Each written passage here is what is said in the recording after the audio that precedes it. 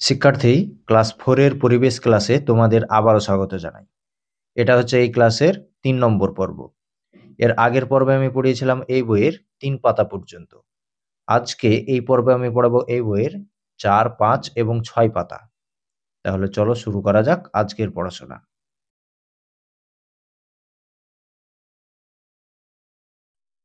এখানে ৪ নম্বর পাতায় অধ্যায়ের নাম হচ্ছে আমরা সবাই মিলে বাঁচবো। ঠিক আছে? এবার আমি এই অধ্যায়টা রিডিং পড়ছি, তোমরা সবাই মন দিয়ে শোনো। এখানে লেখা আছে, টিপাইয়ের দাদু রোজ বিকেলে মাঠের ধারে এসে বসেন। খেলা শেষে পিকলু টিপাইরা দাদুর কাছে নানা কথা শুনে। পিকলু বলল, আমাদের চারপাশে কত রকমের প্রাণী, কত রকমের গাছ, প্রত্যেকেই তো কিছু না কিছু খেয়ে বেঁচে রয়েছে। যদি একদিন সব খাবার শেষ হয়ে যায় তাহলে কি হবে?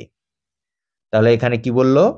এখানে বলল যে টিপাইয়ের দাদু রোজ বিকেলে মাঠের ধারে এসে বসেন। ঠিক আছে? তো খেলা শেষ করে পিকলু টিপাইরা দাদুর কাছে এসে বিভিন্ন রকমের কথা শোনে। এবার পিকলু প্রশ্ন করলো যে আমাদের চারপাশে কত রকমের প্রাণী আছে, কত রকমের গাছ আছে, এরা তো কিছু না কিছু খায়। ঠিক আছে? তো এইসব খাবার যদি একদিন শেষ হয়ে যায় তাহলে কি হবে? এরপরে লেখা আছে, দাদু মুচকি হেসে বললেন, তা সহজে হওয়ার নয়, যদি না আমরা সব শেষ করে দিই। এরপরে এই প্রশ্নটা শুনে দাদু একটু মুচকি হাসলেন। ঠিক আছে? তারপরে বললেন যে এটা কোনোদিনই হবে না, যদি না আমরা সব খাবার শেষ করে দিই। টিপাই বলল, আমরা কি করে শেষ করব? এরপরে টিপাই প্রশ্ন করলো যে আমরা কি করে সব খাবার শেষ করব? রিতা বলল, কেন? সাপ তো ইঁদুর খায়, আর আমরা যদি সব সাপ মেরে ফেলি তবে ইঁদুর এত বেড়ে যাবে যে আমাদের হবে বিপদ। এরপরে রিতা বলল যে কেন, এটা বুঝতে পারছো না? মানে এর আগে বললো না যে আমরা সব কিভাবে শেষ করছি, তাই এখানে বলছে যে কেন, এটা বুঝতে পারছো না? সাপ তো ইঁদুর খায়, আর আমরা যদি সাপকেই মেরে ফেলি তাহলে ইঁদুর খুব বেড়ে যাবে, এতে আমাদেরই অনেক ক্ষতি হবে। দাদু বললেন, কয়েক বছর আগেও বর্ষাকালে একটু বৃষ্টি হলেই কত ব্যাঙ ডাকতো, এখন ওদের সংখ্যা কমে গেছে। এরপরে দাদু বললেন যে কয়েক বছর আগেও একটু আধটু বৃষ্টি হলেই কত ব্যাঙ ডাকতো, এখন ব্যাঙেদের সংখ্যা অনেক কমে গেছে। আমিনা বলল, কেন? ওরাও কি খাবার পায় না? এরপরে কথা শুনে, মানে ব্যাঙেদের সংখ্যা কমে গেছে, কথা শুনে আমিনা বলল যে কেন, ওরা কি, মানে ব্যাঙেরা কি খাবার পায় না? হ্যাঁ দিদিভাই, ঠিক বলেছ। ব্যাঙেদের খাবার হলো পোকামাকড়। জমিতে পোকা মারার জন্য আমরা বিষ দিই, এতেও ব্যাঙরাও মরে যেতে পারে। এরপরে দাদু বলছে যে হ্যাঁ দিদিভাই, তুমি ঠিকই বলেছ। ব্যাঙেদের খাবার কি? ব্যাঙেদের খাবার হচ্ছে পোকামাকড়, আর আমরা কি করি? জমিতে বিষ দিয়ে পোকামাকড়কে মেরে ফেলি। এতে কি হয়? ব্যাঙেদের খাবারের অভাব ঘটে, তাই ব্যাঙেরা মারা যেতে পারে। ডমরু বলল, আমরাও তো অন্য জীবেদের উপর নির্ভর থাকি। এরপরে ডমরু বলল যে শুধু সাপ ব্যাঙ নয়, আমরাও কিন্তু অন্য জীবেদের উপর নির্ভর করে বেঁচে আছি। টিপাই বলল, হরিণ ঘাস খায়, হরিণকে খায় বাঘ। এরপরে টিপাই কি বলল? টিপাই বলল যে হরিণে ঘাস খায়, আবার সেই হরিণকে খায় বাঘে। নয়ন বলল, চিড়িয়াখানায় জিরাফকে উঁচু গাছের পাতা খেতে দেখেছি, হারুদের ছাগল আবার ছোট গাছের পাতা খায়। এরপরে নয়ন বলল যে চিড়িয়াখানায় আমি জিরাফকে উঁচু গাছ থেকে পাতা খেতে দেখেছি, আবার হারুদের ছাগলকে দেখেছি সে ছোট গাছের পাতা খায়। এরপরে লেখা আছে, দাদু বললেন, আমরা সবাই সবার উপর নির্ভর করে বেঁচে আছি, এভাবেই আমাদের পরিবেশ টিকে থাকে। এরপরে দাদু কি বললেন? এরপরে দাদু বললেন যে আমরা সবাই সবার উপর নির্ভর করে বেঁচে আছি, এভাবেই টিকে আছে আমাদের পরিবেশ। এরপরে নিচে লাল কালিতে লেখা আছে, তোমরা দলে আলোচনা করে নিচের ফাঁকা খুপগুলো ভরাট করো। তীর চিহ্ন হচ্ছে কে কাকে খায় তার নির্দেশ। দেখো তো তোমার পরিচিত জীবের দল বেঁচে থাকার জন্য কোন কোন প্রাণীর উপর নির্ভর থাকে। এবারে এখানে নিচের দিকে হলুদ ছকের মধ্যে তাকাও। দেখো এখানে দেখতে পাবে যে তীর চিহ্ন দিয়ে কিছু জীবের নাম লেখা আছে। ঠিক আছে? তার মধ্যে কিছু কিছু জায়গা আবার ফাঁকাও দেওয়া আছে। এখানে তীর চিহ্নগুলো হচ্ছে কে কাকে খায় তার নির্দেশ। ঠিক আছে? তো এখানে যে ফাঁকা জায়গাগুলো আছে, সেই ফাঁকা জায়গাগুলোতে ঠিকঠাকভাবে জীবের নামগুলো বসাতে হবে। ঠিক আছে? তো এর উত্তরটা হলো ১ নম্বরে আছে ঘাস। ঘাসকে কে খেলো? ঘাসকে খেলো ঘাস ফড়িং। তারপরে ঘাস ফড়িংকে কে খেলো? ঘাস ফড়িংকে খেলো ব্যাঙ। ব্যাঙকে কে খেলো? ব্যাঙকে খেলো সাপ। তারপরে ২ নম্বরেরটা, ২ নম্বরে আছে জলের শ্যাওলা। জলের শ্যাওলাকে কে খেলো? জলের শ্যাওলাকে খেলো মাছ। তারপরে মাছকে কে খেলো? মাছকে খেলো মাছরাঙা। তারপরে ৩ নম্বরেরটা, ৩ নম্বরে আছে ঘাস পাতা। ঘাস পাতাকে কে খেলো? ঘাস পাতাকে খেলো খরগোশ। তারপরে খরগোশকে কে খেলো? খরগোশকে খেলো শেয়াল। তারপরে ৪ নম্বরেরটা, ৪ নম্বরে আছে গাছের মূল। তারপরে গাছের মূলকে কে খেলো? গাছের মূলকে খেলো ইঁদুর। তারপরে ইঁদুরকে কে খেলো? ইঁদুরকে খেলো সাপ। এরপরে গাছের পাতা। গাছের পাতা থেকে দেখো দুটো লাইন দিয়েছে, ঠিক আছে? তো প্রথম লাইনটা বলছি, গাছের পাতা, গাছের পাতাকে খেলো ছাগল। তারপরে ছাগলকে খেলো মানুষ। তারপরে গাছের পাতার আরেকটা লাইন হবে, গাছের পাতা, গাছের পাতাকে খেলো ফড়িং, ফড়িংকে খেলো সাপ, সাপকে খেলো ঈগল পাখি। তারপরে আছে গাছের কাণ্ড। গাছের কাণ্ডকে কে খেলো? গাছের কাণ্ডকে খেলো জিরাফ।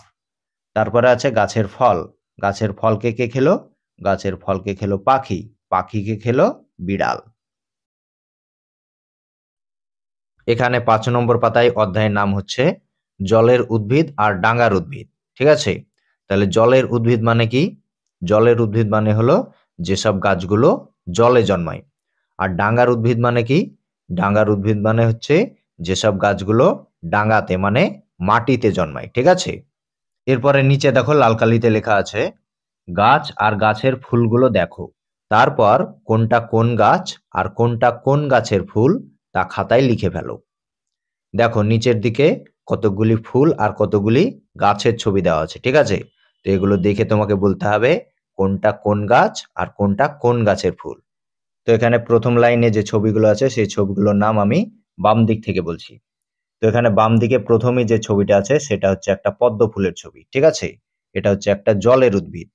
তো এখানে এইভাবে লিখবে পদ্ম গাছ পদ্ম ফুল। এটা কিসের উদ্ভিদ বললাম? এটা হচ্ছে একটা জলের উদ্ভিদ। এরপরে আছে একটা জবা ফুলের ছবি। তো এখানে লিখবে জবা গাছ জবা ফুল। এটা কিসের উদ্ভিদ? এটা হচ্ছে একটা ডাঙার উদ্ভিদ। এরপরে দেখতে পাচ্ছি একটা গোলাপ ফুলের ছবি আছে। তো নিচে লিখবে গোলাপ গাছ গোলাপ ফুল। এটা কিসের উদ্ভিদ? এটা হচ্ছে একটা ডাঙার উদ্ভিদ। এবারে চলে এসো এর পরের লাইনে। দেখো এখানে বাম দিকে যে ছবিটা আছে সেটা হচ্ছে একটা কচুরিপানার ফুল, ঠিক আছে? তো এটাকে এইভাবে লিখবে কচুরিপানার গাছ পানা ফুল। এটা কিসের উদ্ভিদ? এটা হচ্ছে একটা জলজ উদ্ভিদ মানে জলের উদ্ভিদ। তারপরে যে ছবিটা আছে এটা হচ্ছে একটা শালুক ফুলের ছবি। তো এটাকে এইভাবে লিখবে শালুক গাছ শালুক ফুল। এটা কিসের উদ্ভিদ? এটা হচ্ছে জলজ উদ্ভিদ। তারপরে দেখো জলের ধারে ধারে মনে হচ্ছে আগাছা জন্মেছে, ঠিক আছে? এটা হচ্ছে শ্যাওলা। তো এটাকে এইভাবে লিখবে জলের আগাছা, তারপরে লিখবে শ্যাওলা, ঠিক আছে? এটা কিসের উদ্ভিদ? এটা হচ্ছে জলজ উদ্ভিদ। তারপরে নিচের দিকে বাম দিকে দেখো একটা কাটা মতো গাছ আছে, ঠিক আছে? তো এই গাছটার নাম কি? এই গাছটার নাম হচ্ছে ফণী মনসা গাছ, ঠিক আছে? এটা কিসের উদ্ভিদ? এটা ডাঙার উদ্ভিদ। তারপরে নিচে বাম দিকে দেখো ব্যাঙের ছাতার ছবি আছে, ঠিক আছে? এটা তোমরা নিশ্চয়ই সবাই চেনো। এটা এইভাবে লিখে দিবে ব্যাঙের ছাতা। এটাকে ছত্রাকও বলা হয়। তো এটা কিসের উদ্ভিদ? এটা হচ্ছে ডাঙার উদ্ভিদ। তারপরে যে গাছের ছবিটা আছে এই গাছটার নাম হচ্ছে পাইন গাছ। এটা পাহাড়ি অঞ্চলে দেখা যায়। এটাও কিন্তু ডাঙার উদ্ভিদ। তারপরে যে ছবিটা আছে এটা কোন গাছের ছবি? এটা হচ্ছে সুন্দরী গাছের ছবি, ঠিক আছে? তো এটা কিসের উদ্ভিদ? এটাও কিন্তু ডাঙার উদ্ভিদ। এ পাতায় বলেছে যে আগের পাতার ছবি দেখো, শিক্ষক শিক্ষিকার সাহায্য নিয়ে উদ্ভিদগুলোকে চেনার চেষ্টা করো, তারপর নিচে লেখো। তাহলে এখানে কি বললো? আগের পাতায় যে উদ্ভিদগুলো তোমরা দেখলে সেই উদ্ভিদগুলোকে তোমাদের শিক্ষক শিক্ষিকার সাহায্য নিয়ে খুব ভালোভাবে চিনে নিতে বলেছে, ঠিক আছে? চিনে নেবার পরে কি বলেছে? নিচের দিকে দেখো একটা তালিকা দিয়েছে, ঠিক আছে? তো সেই তালিকা অনুযায়ী এখানে উদ্ভিদের নামগুলো লিখতে বলেছে। তো এখানে তালিকার ১ নম্বরে বলেছে যে স্যাঁতসেঁতে জায়গায় জন্মানো গাছ। তাহলে এর আগের পাতায় যে উদ্ভিদের ছবিগুলো দেখলাম সেই ছবিগুলোর মধ্যে কোন গাছটা স্যাঁতসেঁতে জায়গায় জন্মায় এটা তোমাকে জানতে হবে। তো এরকম ধরনের একটা গাছ হচ্ছে ব্যাঙের ছাতা। এর আগের পাতায় কিন্তু ছবিটা ছিল, ঠিক আছে? তাহলে এখানে ব্যাঙের ছাতাটা লিখে দিতে হবে। তারপরে ২ নম্বরে বলেছে যে জলের নিচে জন্মানো গাছ। তাহলে জলের নিচে জন্মায় এরকম ধরনের গাছের ছবি এর আগের পাতায় কি দেখলাম? এর আগের পাতায় দেখলাম যে পদ্ম নামে একটা গাছ ছিল, সেই গাছটা কিন্তু জলের নিচে জন্মায়। তারপরে 3 নম্বরে বলেছে যে জলে ভাসমান গাছ, তাহলে জলে ভাসমান গাছ হচ্ছে কচুরিপানা। তারপরে 4 নম্বরে বলেছে যে শুকনো মাটিতে জন্মানো গাছ, তাহলে শুকনো মাটিতে জন্মানো গাছ এরকম গাছ কি ছিল? এরকম গাছ ছিল জবা আর গোলাপ। তারপরে 5 নম্বরে বলেছে যে পাহাড়ি জায়গায় জন্মানো গাছ, তাহলে পাহাড়ি জায়গায় জন্মানো গাছ কি ছিল? এর আগের পাতায় ছিল একটা পাইন গাছের ছবি, ঠিক আছে, তাই এখানে লিখতে হবে পাইন। তারপরে 6 নম্বরে বলেছে যে বালিতে জন্মানো গাছ, তাহলে বালিতে জন্মানো গাছের ছবি ছিল একটা ফণী মনসা, ঠিক আছে, তাই এখানে বসিয়ে দিতে হবে ফণী মনসা। তারপরে 7 নম্বরে বলেছে যে নোনা জলের পাশে জন্মানো গাছ, তাহলে নোনা জলের পাশে জন্মানো গাছের নাম হচ্ছে সুন্দরী। এরপরে লেখা আছে তিতলিদের পুকুরে আজ পানা পরিষ্কার করা হবে, তাহলে তিতলিদের পুকুরে আজকে কি হবে? পানা পরিষ্কার করা হবে। পানা মানে কি? কচুরি পানা, ঠিক আছে, পুকুরে অনেক কচুরি পানা হয়েছে, সেগুলো পরিষ্কার করবে। রহমান চাচা বিশু কাকুরা খড় বেঁধে বিরাট দড়ি তৈরি করেছেন, তাহলে রহমান চাচা বিশু কাকুরা কি করেছে? খড় দিয়ে একটা বড় দড়ি তৈরি করেছেন। পুরো পুকুর জুড়ে বিছিয়ে দিয়েছেন, তাহলে দড়ি তৈরি করে সে দড়িটা পুরো পুকুর জুড়ে বিছিয়ে দিয়েছে। তারপর দুদিক দিয়ে ধীরে ধীরে টান দিলেন, তারপরে কি করলেন? দুজনে দুদিক ধরে ধীরে ধীরে টান দিলেন। সব পানাগুলো পুকুর পাড়ে জড়ো হয়ে গেল। তারপর কি হলো? যত পানা ছিল সেই পানাগুলো কি হলো? পুকুর পাড়ে জড়ো হয়ে গেল। ফিরোজ, শম্পা, বিল্টুরা এসব দেখছিল, তাহলে এসব কাণ্ড কারা দেখছিল? ফিরোজ, শম্পা, বিল্টুরা এসব ঘটনাগুলো দেখছিল।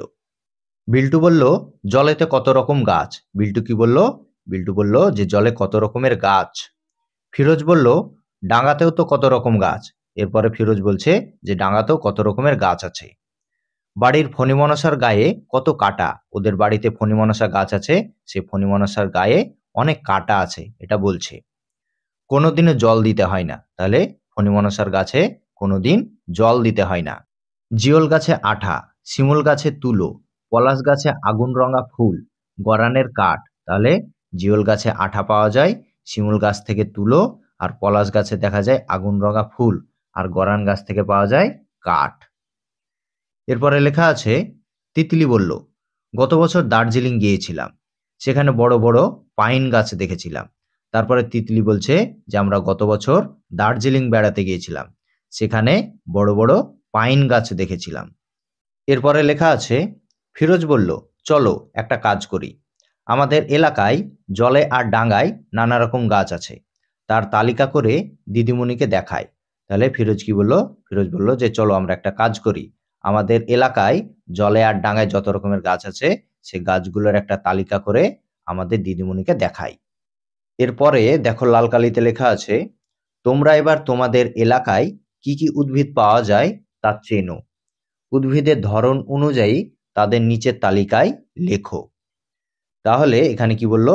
এখানে বললো যে তোমরা এবার তোমাদের এলাকায় কি কি উদ্ভিদ পাওয়া যায় তা চেনো। তাহলে এখানে বলছে যে তোমাদের এলাকায় যে উদ্ভিদগুলো পাওয়া যায় সেই উদ্ভিদগুলোকে খুব ভালোভাবে চিনে নিতে বলেছে। চিনে নেবার পরে উদ্ভিদের ধরন অনুযায়ী নিচে দেখো একটা তালিকা দিয়েছে, সেই তালিকাতে উদ্ভিদের নামগুলোকে লিখতে বলেছে। তো এখানে তালিকার 1 নম্বরে বলেছে যে জলের গাছ, তাহলে জলে জন্মায় এরকম ধরনের গাছের নামগুলো এখানে লিখতে হবে। তো এরকম ধরনের গাছ হচ্ছে পদ্ম, শালুক, কচুরিপানা, শ্যাওলা আর পানি ফল। তারপরে 2 নম্বরে বলেছে যে ডাঙার গাছ, তাহলে ডাঙায় জন্মায় এরকম ধরনের গাছের নামগুলো এখানে লিখতে হবে। তাহলে এরকম ধরনের গাছ হচ্ছে জবা, গোলাপ, আম, জাম, কাঁঠাল, পেয়ারা। তারপরে 3 নম্বরে বলেছে যে কাঁটা আছে এমন গাছ, তাহলে কাঁটা আছে এরকম ধরনের গাছের নাম এখানে লিখতে হবে। তাহলে এরকম ধরনের গাছ হচ্ছে ফণিমনসা, খেজুর, বেল আর গোলাপ। তারপরে 4 নম্বরে বলেছে যে ফুল ও ফল হয় এমন গাছ, তাহলে ফুল ও ফল হয় এমন ধরনের গাছ হচ্ছে পেয়ারা, জামরুল, বাতাবি লেবু। এরপরে 5 নম্বরে বলেছে যে বিষাক্ত গাছ, এখানে বিষাক্ত গাছের নাম লিখতে হবে। তাহলে বিষাক্ত গাছ হচ্ছে ধুত্র, বিছুটি। তারপরে 6 নম্বরে বলেছে যে কাঠ পাওয়া যায় এমন গাছ, তাহলে কাঠ পাওয়া যায় এরকম গাছ হচ্ছে মেহগুনি, শাল আর বাবলা। তারপরে 7 নম্বরে বলেছে যে লতানো গাছ, তাহলে লতানো গাছের নাম হচ্ছে কুমড়ো, পুঁই, উচ্ছে, ঝিঙে আর পটল। তো শিক্ষার্থী, এই হচ্ছে উত্তর। তবে একটা কথা হচ্ছে যে এই বইয়ে যে গাছের তালিকা তৈরি করতে দিয়েছে, এখানে দেখতে পাচ্ছি যে 7 রকম উদ্ভিদের নাম লিখতে বলেছে। কিন্তু কোনো বইয়ে আমি দেখেছি যে 8 রকম উদ্ভিদেরও নাম লিখতে দিয়েছে। ঠিক আছে? তো যাদের বইয়ে 8 রকম উদ্ভিদের তালিকা তৈরি করতে দিয়েছে, তাদের জন্য এই উত্তরটা। ওকে?